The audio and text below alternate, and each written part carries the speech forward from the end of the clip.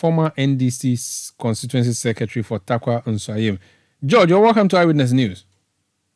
Thank you very much. Why were you campaigning for a dead person to be elected in your constituency or in your electoral area? I'm told that that's what you did. Yes. We decided to continue campaigning for our deceased brother, for the electorate in his electoral area, to show appreciation for his dedicated service to the people. He has worked so hard over the last 4 years since he became the assemblyman. He has dedicated all his life, everything, to ensure development in his area. So although he was dead, and unfortunately the circumstances surrounding his death was a bit mysterious. So we just encourage the people to make sure they stand with him, even in his death. So it was a deliberate decision by the members of his campaign team and whoever was supporting him to continue campaigning for him. And the people also listened to us. So he was openly NDC?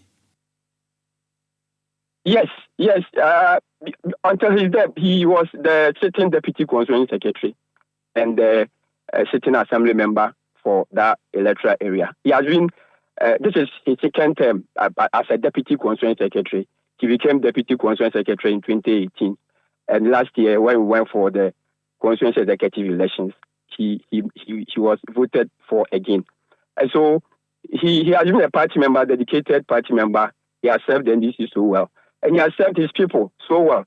This is an assembly member who can dole out money from his own pocket and provide top boxes and student mattresses for GHS graduates who are going to the secondary school.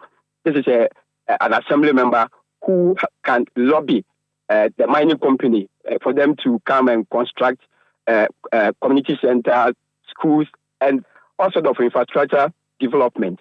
This is an assembly member who I can boldly say he has even achieved more than the sitting MP in Tarkwa Nsuaem. Over the last 4 years. Is a sitting MP on the ticket of the NDC or the MPP? No, I'm talking about Honorable George Blekuduka. Oh, that's your MP. Okay. Yes, the Deputy Minister for Lands and Natural Resources. That's NPP. The assembly member has achieved more than him over the last 4 years. Blekuduka has been MP for almost 8 years now. But I can tell you boldly that this assembly member, over that limited period he became the assembly member, has achieved more than the sitting MP and Deputy Minister for Lands and Natural Resources. Let's not do that comparison. I'm curious though. So what's the end point that you knew that this person has passed on? As Asamando, as you say, in your area, that's where he is currently. He's not with the living. Yes. And yet, so you voted for him yesterday? Yes. So in your mind, what, you wanted a ghost to represent you in the municipal assembly? What was the reasoning beyond? Explain to me. I'm still a bit befuddled. So Omaru, in my mind, in the minds of the majority of the electorate who voted for him, we knew the capacities of all those who were contesting. They were 3 in number. He, unfortunately, has left us. It was left with only 2 people. We know them. Those 2 people, we knew what they can do. So we knew that they could not represent us.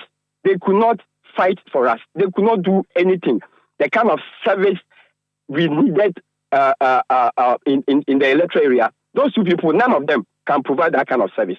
So in our minds, we were voting for our deceased brother, for him to win, so that we can have a by-election in the area and get somebody competent enough, just like our brother, who represent us and bring the needed development. That was it. We just needed a by-election so that we can get somebody to come and represent us, apart from the other 2 who had their pictures on the ballot paper. So you decided to spoil the votes, quote and unquote. That's what you did. No, we did not spoil the vote. What I mean is that you spoiled the process because for you, there is no winner because the winner is not alive. So now there will be a second election where you will choose your preference. Yesterday, the Electoral Commission officers collated all the results in the electoral area. And after the collation, they declared the deceased person as the winner of the election. Are you serious? That's what the electoral officer did? That was what the electoral officers did yesterday. We had the collation, the collation papers. That was what the electoral officers... Usually when elections are declared at polling centers or collation centers, there will be jubilation from the camp of the winner, and then there will be maybe, I don't know, some people will disappear from the scene. Was there jubilation after this declaration was there was so much jubilation. I don't know if you probably you can I can forward it the kind of jubilation. I can forward videos to you. Yesterday, there were so many jubilant supporters who turned to his residence, and they were addressed by his wife. The community the community members were so excited. The brass band all over. They were so excited. I can tell you yesterday they did not sleep. Where he comes from. But what if his photo and name was not on the ballot paper yesterday? Then your plan would have been thwarted? Or you were certain that he was going to be on the ballot? No, this is a person who had already filed his nomination. In fact, he died just exactly 2 weeks yesterday, 5th December. He was on his way to campaign, and he was crossing the river to another community when that unfortunate incident happened. So this is a person who had already filed his nomination. The Electoral Commission did not see the need to more or less print new ballot papers, but they brought ballot papers which had his pictures and his name, his picture and his name on the ballot paper. And the people took the decision that since his picture had appeared, then they were going to vote for him because that is the person they had already decided to vote for him. So, Omaru, you cannot blame anybody. His picture was on the ballot paper, and the people decided to vote for him to show appreciation for his dedicated service and his hard work to the people in his community. So that was it, Omaru. Interesting. Thank you. So now that I've heard from a journalist who spoke to us, she's suggesting that the EC there may give the victory to the second person. Is that something you would accept as community members? Now, Omaru, if I can ask you, is there any law that allow the EC officers to do that? Do you have any law in our statute to which allows the EC to give the victory of someone to another person? Do you have any law like that? I haven't seen it, but I can search if you ask me to. So please, probably you can also call the local governance expert and the lawyers to explain to us. You and I, we have gone for election. They have declared me winner.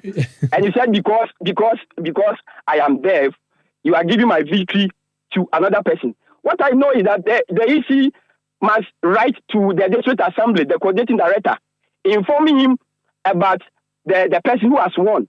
Then probably the coordinating director will write back to the EC telling him or her that the person is deaf. So they can go ahead and organize by election.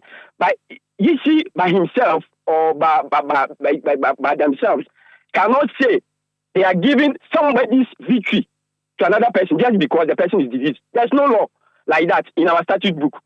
Okay. If they dare make any attempt to undertake that step, probably we also advise ourselves and seek legal redress. Very well. Would you be supporting the widow to go for this seat now?